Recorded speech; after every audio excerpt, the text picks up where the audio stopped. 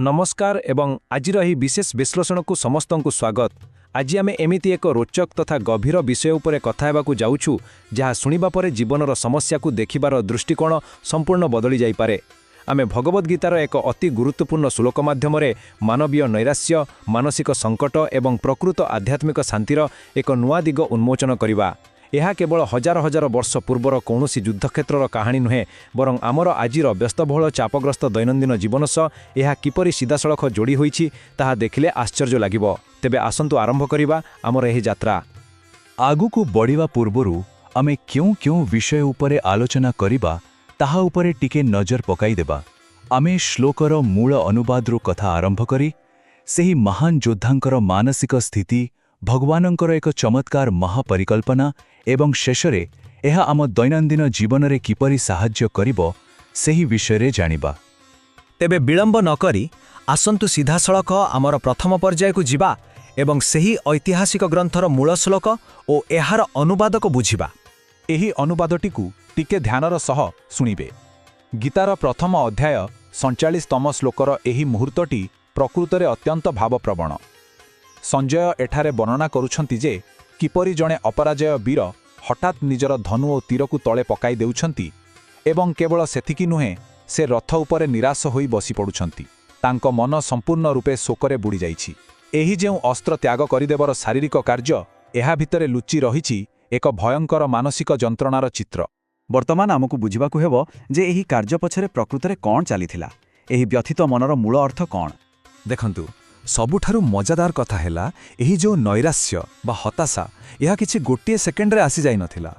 ଆପଣମାନେ ଅନୁଭବ କରିଥିବେ ଯେମିତି କୌଣସି କଥା କହୁ କହୁ ମଣିଷ ଧୀରେ ଧୀରେ ଭାବୁକ ହୋଇଯାଏ, ଠିକ୍ ସେମିତି ଅର୍ଜୁନଙ୍କର ଏହି ସଙ୍କଟ ପ୍ରଥମ ଅଧ୍ୟାୟର 28ତମ ଶ୍ଲୋକରୁ ହିଁ ଆରମ୍ଭ ହୋଇସାରିଥିଲା।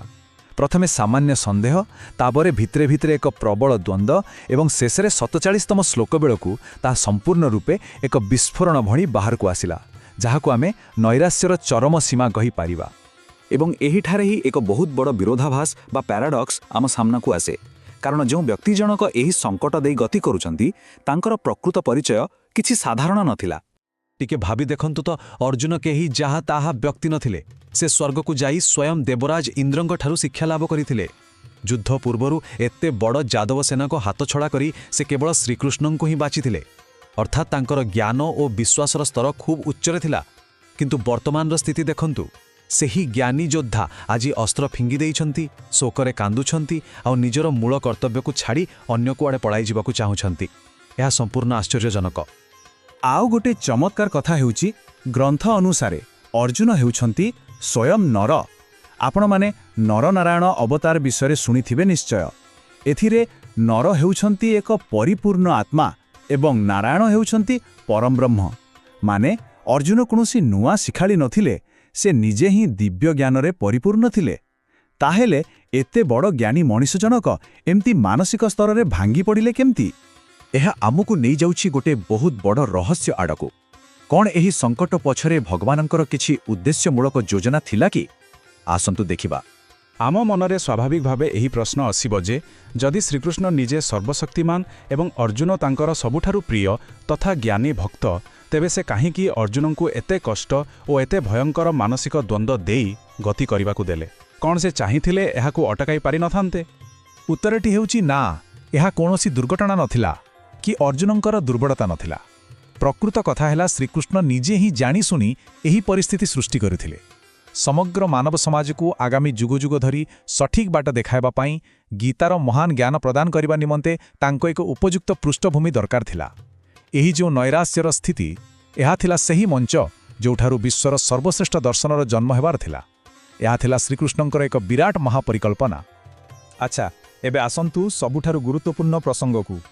ଏହି ହଜାରେ ହଜାରେ ବର୍ଷ ପୁରୁଣା ଘଟଣା ଆମର ଆଜିର ଦୈନନ୍ଦିନ ଜୀବନ ସହ କେମିତି ଯୋଡ଼ି ହୋଇଛି?